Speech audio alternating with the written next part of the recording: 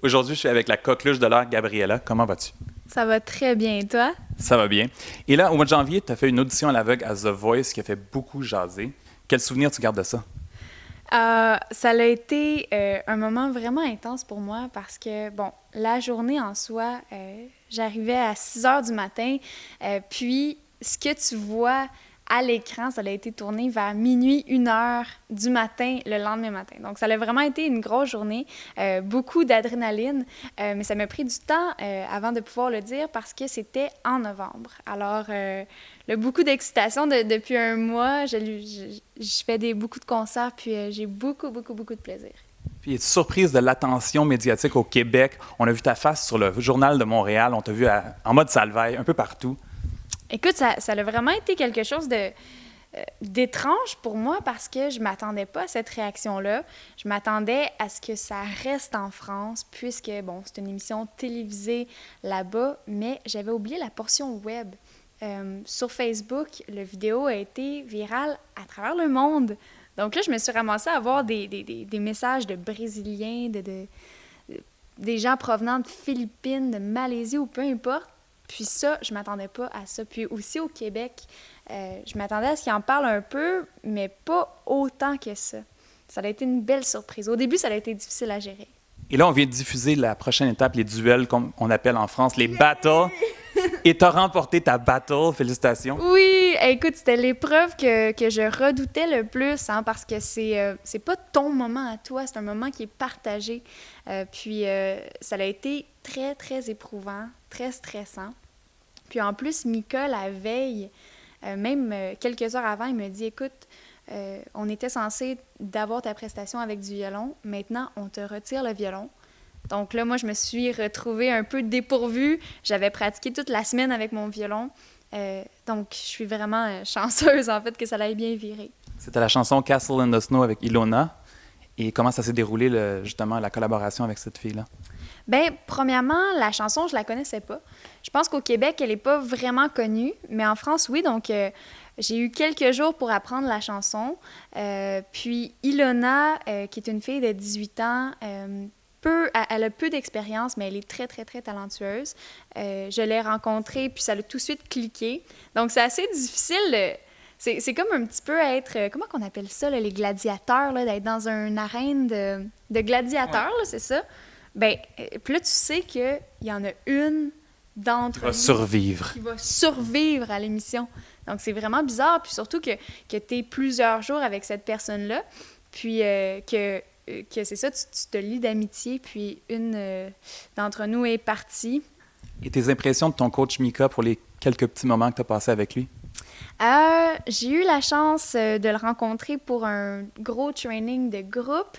Puis, au piano, on a été, elle et moi, en training. Puis ça a vraiment été la première fois que je l'ai vu. Puis écoute, moi, là, je capotais, là, mes jambes là, ramollissaient, là, mes mains shakaient. Là. Fangirl moment. Écoute, honnêtement, je suis rarement groupie dans la vie, mais là, je savais que j'allais travailler avec Mika. Puis moi, je suis fan de lui depuis que j'ai 15 ans. Là. Fait que là, ma réaction, ça a été « Oh my God, oh my God, oh my God! » Puis tu sais, c'est tellement drôle parce que j'étais plus gênée de chanter devant lui, one-on-one, que devant 7 millions de personnes à l'audition à l'aveugle. C'est plus intime. Oui, c'est plus intime. Et la prochaine étape, c'est quoi? La prochaine étape, c'est l'épreuve ultime. Je pense que... Un peu comme les champs de bataille ici au Québec. C'est ça, c'est les champs de bataille. OK. Donc, avant de se rendre au direct ou les primes. Exactement. Donc, il y a une personne sur 3 qui va être retenue. Ça aussi, ça va être une épreuve assez difficile. Mais bon, je me dis, là, ça va être mon moment. Ça va être 2 minutes, toute seule. Je peux faire ce que je veux. Je pense que ça va être un petit peu plus relax que les battles parce que, honnêtement, là, j'ai vraiment trouvé ça difficile. Et c'est quoi la réaction de ta famille par rapport à tout ça? C'est tellement drôle parce que ma famille, bon, ils sont jamais venus aux auditions à l'aveugle, au battle. Donc, quand ça s'est passé, je les appelle tout de suite après. Puis, avant d'avoir vu l'émission à la télé, ils n'avaient aucune idée c'était quoi. Donc, c'est sûr que si jamais je me rends au live, là, c'est sûr que je les invite là, pour qu'ils puissent vivre la frénésie parce que c'est vraiment intense là-bas. Là. Les Français adorent cette émission-là. Et Gabriella, est-ce que c'est ton nom de baptême? Ça, c'est une bonne question. Est-ce que Martin, c'est ton nom de baptême? Oui, non, c'est pas un nom d'artiste. Je confirme. Mais je dirais non. Puis, est-ce que j'ai le droit de garder le secret? Tu peux garder le secret, je sais pas. Peut-être qu'il y a une aventure derrière ça. Tu étais à un échange étudiant au Mexique, tu es revenu. Et appelez-moi Gabriela à partir de maintenant. Ça ressemble à ça. Ça ressemble à ça. Non, mais honnêtement, mon nom est Gabrielle. Puis, j'ai habité au Costa Rica plusieurs mois. Puis, tout le monde m'appelait Gabriela. Gabriela, c'est resté. Alors voilà, Gabriela.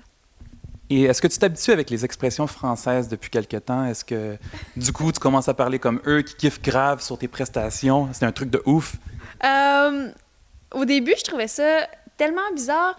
Il y a une expression vénère. Vénère. Je savais pas que c'était du verlan. Donc là, je suis allée voir dans le dictionnaire, j'étais comme vénère. Non, c'est quoi cette expression-là? Finalement, je me suis rendu compte que c'était énervé, boy. Puis, c'est drôle parce que quand je suis souvent à Paris plusieurs jours, des fois, il y a des petites expressions que j'emprunte sans le vouloir. Je réécoutais mes entrevues à The Voice, puis là, j'étais comme, coudonc, mon Dieu, c'est donc bien bizarre. J'ai une couple de mots un petit peu plus français. Puis, je veux garder mon accent québécois, là. Est-ce que dans le passé, tu as suivi The Voice aux États-Unis ou La Voix au Québec, ou c'est comme une première, puis tu en fais partie? OK, bon, je dois dévoiler ça aussi. J'ai jamais écouté l'émission.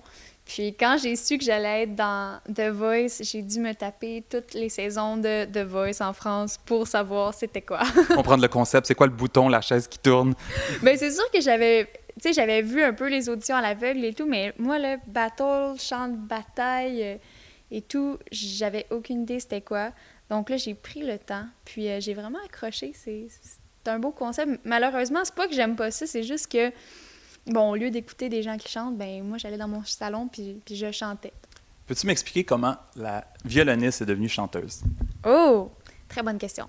Quand j'avais 6 ans, je suis allée voir un concert de Angèle Dubeau.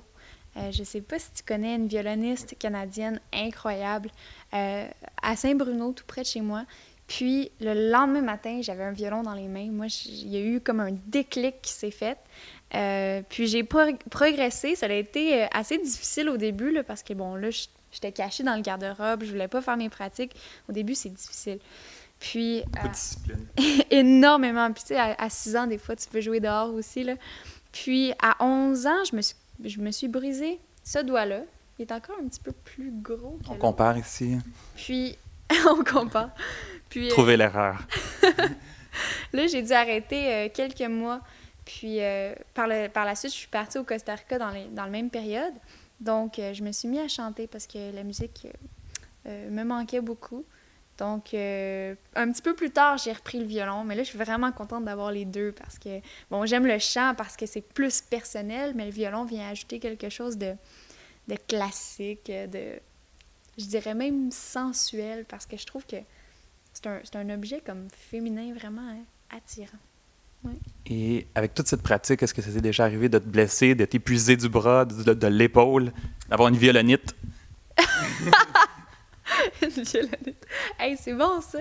Je me rappelle, il y a 2-3 ans, j'avais vraiment mal au dos quand que je pratiquais. Puis c'est depuis que j'ai commencé le yoga, puis j'en fais 3 fois par semaine, que là, ça va vraiment bien. Mais faut faire attention, hein, parce que y a des violonistes qui développent des problèmes de dos, un petit peu comme les pianistes, qui bougent tellement leurs doigts qu'ils développent de l'arthrite ou de l'arthrose, je sais pas. Donc, il faut faire attention. Mais moi, je joue pas assez... Moi, je suis pas une violoniste... Tu sais, une violoniste, ça peut faire 6 heures, 8 heures par jour. Moi, j'en fais 1 heure par jour, puis je suis fière. Puis le reste, je fais de la compo, je vais courir, je vais chanter, puis je vois des amis. Une combinaison saine. Saine. L'équilibre, c'est ça l'essentiel de la vie, l'équilibre. Et là, la question des Français. Du coup, est-ce que tu vas aller faire des spectacles en France bientôt?